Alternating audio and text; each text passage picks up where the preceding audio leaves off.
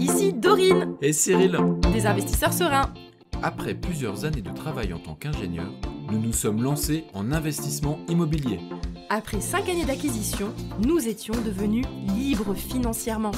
Dans ce podcast, nous vous partageons les stratégies et les bonnes pratiques pour développer votre intelligence financière.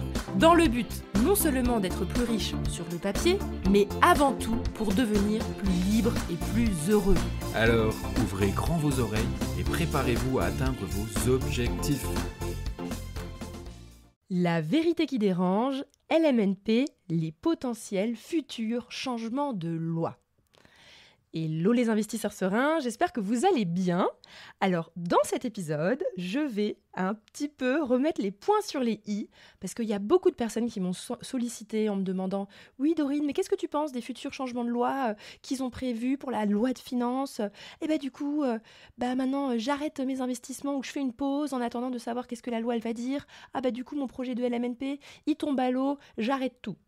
Alors, on va remettre un peu les points sur les i dans cet épisode, parce que je sais que, en fait, on est tous des humains et on a peur. On a peur quand on voit les gros titres en mode « La fin du LMNP »,« Les loueurs de meublés vont trinquer », enfin, la fin de la niche fiscale injuste qu'était le LMNP. Ça, en fait, c'est typiquement le genre de gros titres qu'on va voir dans les journaux qui vont donner envie de cliquer. Et puis, évidemment, le journaliste qui écrit, à 80% de chances qu'il ne soit pas libre financièrement ni investisseur lui-même, va expliquer en quoi, en fait, finalement, c'est terminé pour vous, le LMNP, c'est pourri, maintenant, on met tout à la poubelle, regardez les changements de loi terribles qui sont en train de tomber. Et en fait, c'est normal, on a envie de cliquer dessus. Et puis forcément, le ton dramatique de ces articles, on tombe dedans, c'est naturel. Mais moi, ce que j'ai envie de vous dire dans cet épisode, c'est que déjà, je vais rapidement dire les axes, les pistes que j'ai compris dans ces potentiels futurs changements de loi. Ensuite, je vais vous expliquer, est-ce que nous, ça nous impacte ? Cyril et Dorine, en tout cas, nous, déjà. Ensuite, je vais vous donner mon point de vue sur les changements de loi et qu'est-ce qu'il faut mettre en place aujourd'hui. Alors, premièrement, les axes de réflexion que j'ai entendus concernant cette loi, ça concerne déjà l'impôt sur la plus-value qui va être calculé de façon, on va dire, moins agréable pour nous, loueurs meublés non professionnels. Alors, nous, en l'occurrence, avec Cyril, on est loueurs meublés professionnels et je n'ai pas regardé dans le détail les différences par rapport à la plus-value du loueur meublé professionnel. Mais je vais vous expliquer pourquoi moi, je ne m'amuse pas à passer des heures à lire ces articles-là. Donc, je vais vous en parler après. Donc, ils ont parlé de la fameuse plus-value de l'investisseur en LMNP qui va désormais intégrer potentiellement les amortissements. Alors, il faut savoir que là, au moment où j'enregistre, le truc est déjà retombé parce qu'apparemment, c'est pas passé et du coup, il y aura autre chose. Peut-être que c'est reporté. Enfin bref, donc en gros, voilà. Et les autres axes de réflexion que j'ai entendus, c'est par rapport au fait que c'est les seuils d'abattement des régimes micro qui vont peut-être changer. Voilà ce que j'ai entendu. Je vous avoue que je ne vais pas plus en détail que ça. Alors, je vais vous expliquer pourquoi. Déjà, tout d'abord, avec Cyril, typiquement, nous, on n'est absolument pas impactés par tout ça. Pourquoi ? Parce que nous, nos investissements, on n'a pas prévu de les revendre rapidement. Et donc, même si, désormais, les amortissements vont être intégrés dans le calcul de la plus-value, en réalité, nous, on n'avait pas l'intention de vendre. Donc, comme je n'ai pas l'intention de vendre, en fait, je m'en fiche. Moi, j'ai des machines à cash flow et même à remboursement de capital qui sont colossales, je ne vais pas les vendre. Donc déjà, voilà. Et en plus de ça, si jamais je les vends, ce sera dans 20, 25 ans, voire même plus, peut-être 30 ans.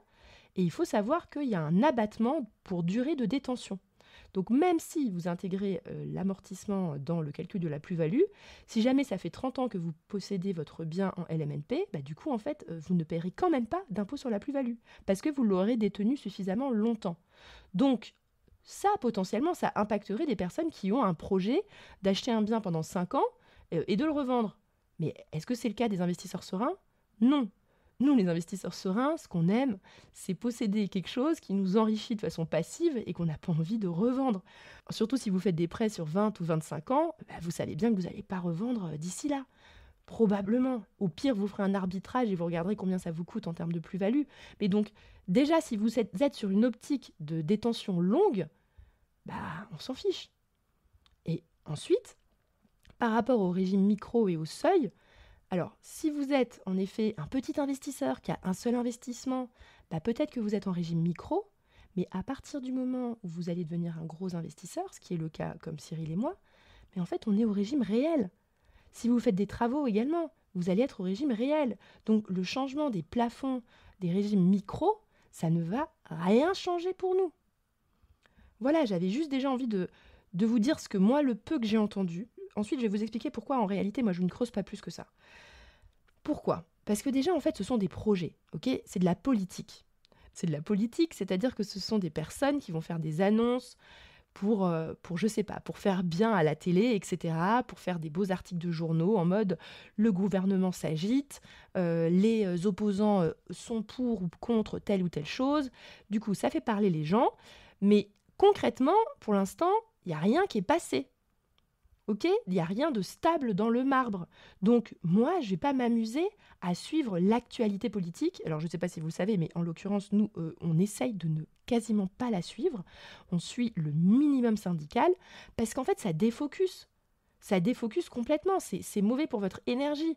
Donc, oubliez de lire tout ça, en fait. Vous perdez votre temps. Et, en l'occurrence, imaginons que, en effet, il y a une loi qui passe. Très bien. À ce moment-là, oui, je me poserai et j'essayerai de comprendre les tenants, les aboutissants, quel est l'impact pour moi. Est-ce que, pour autant, ça va changer ma stratégie immobilière ou ça va me faire dire « Ah bah tiens, j'arrête d'investir en immobilier ?» Certainement pas. Parce que, de toute façon, il y a deux options. Soit les lois qui passent sont en faveur des investisseurs immobiliers, du coup, très bien, je suis contente.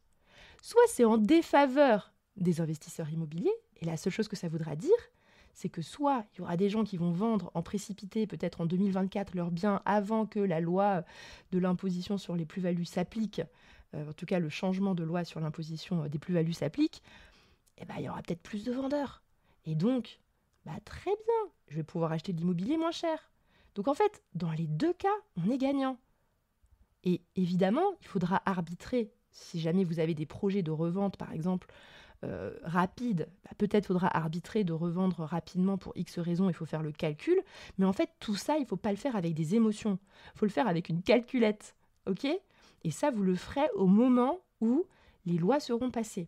Et moi, ce que je vous propose, c'est que lorsque les lois seront passées, moi, je sais qu'en général, en plus, les personnes qui font passer les lois-là, ce n'est pas les plus grands experts en fiscalité qui les rédigent. Du coup, parfois, il y a, on va dire, ambiguïté dans la loi. Donc, il y aura tout plein d'experts, certains que moi je suis et que j'adore, qui vont nous traduire tout ça concrètement. Donc, même dans la foulée de la sortie de la loi, va y avoir tous les experts qui vont s'amuser à donner leur avis sur l'interprétation exacte du détail des calculs qu'on va devoir faire. Et une fois que ces experts auront sorti leur papier, là, je m'intéresserai vraiment à la chose, j'essaierai de lire, de comprendre et d'appliquer ou pas des modifications sur ma stratégie immobilière. C'est comme ça que ça fonctionne, en tout cas chez nous, les investisseurs sereins. Donc, moi, ce que je vous invite à faire, c'est, si vous n'avez pas encore d'investissement, restez concentré sur trouver une bonne affaire. Ayez votre stratégie en tête. À mon avis, si vous êtes un investisseur serein, vous n'avez pas envie de faire de l'achat-revente et revendre au bout de 3 ans directement votre bien. Donc vous n'êtes pas nécessairement hyper, on va dire, impacté par rapport à la problématique de la plus-value. Donc, vous restez concentré sur votre projet et vous avancez. Et vous éteignez les télés, les journaux qui vous font stresser pour la fiscalité, pour des choses qui ne sont même pas passées. Parce que pour la petite histoire, nous, on a commencé à investir en 2016. Je vous garantis qu'il y avait déjà des articles annonciateurs de la fin du LMNP. On est en 2023, le LMNP, il est toujours là. Peut-être qu'il va être voué à changer, mais c'est pas demain la veille et ça va pas non plus être la révolution générale. On va voir, peut-être que ça le sera, mais c'est pas une raison de ne pas investir. Et si c'était la révolution générale du LMNP et que ce serait absolument pas intéressant pour les investisseurs, peut-être qu'il y aurait vraiment un coup à jouer, parce que s'il n'y a plus d'investisseurs sur le marché de l'immobilier, ce sera la fête au niveau des prix. Et peut-être que vous ferez d'autres stratégies. Dans tous les cas, moi, ce que je peux vous promettre ici, c'est que je reviendrai vers vous lorsque les lois seront effectivement passées. Je prendrai le temps à ce moment-là d'étudier les choses, parce que moi, j'ai pas envie d'étudier des choses potentielles, j'ai envie d'étudier des choses réelles, parce qu'en l'occurrence, moi, j'ai pas d'impact sur le changement des lois, donc si j'ai pas d'impact dessus, j'ai pas envie de regarder des choses potentielles. Je regarderai ce que les gens auront décidé si ça passe, je me renseignerai sur cette loi, je lirai également des articles d'experts qui interpréteront tout ça et m'expliqueront comment je dois faire mes calculs pour réussir à ajuster ma stratégie, et je viendrai vous en parler sur ce podcast. J'essaierai de faire un rapide débrief et en plus de ça, j'ai en ligne de mire un avocat fiscaliste ultra expert que j'aimerais peut-être faire venir sur le podcast et avec lequel on pourra potentiellement discuter. Mais je ne vais pas faire ça sur des potentiels changements de loi, ok ? Ce sera uniquement sur des réels changements de loi effectifs qui seront passés, ok ? Sinon, je perds mon temps. Voilà, j'espère que ce petit épisode vous a fait du bien. Maintenant, à vos projets, vous restez concentrés. Je vous promets que je vous tiens au courant s'il y a des choses effectives qui se sont passées, mais évitez de vous défocus à cause de ça. Ne perdez pas de temps, s'il vous plaît, dans ce genre de tapage médiatique. Les investisseurs sereins, nous, on avance et on attend que les choses soient passées, parce que je peux vous garantir, j'aurais pu perdre des heures et des heures et des heures avec les 7 années déjà d'investissement qui se sont écoulées entre le moment de notre premier investissement et aujourd'hui. Tous les ans, c'est la même histoire, ou tous les 2 ans peut-être. Donc non, en fait, je ne perds pas de temps à ça et j'attends que les choses soient réelles. Voilà pour aujourd'hui. J'espère que ça vous a fait du bien. Et sur ce, je vous souhaite à tous une excellente journée. À bientôt!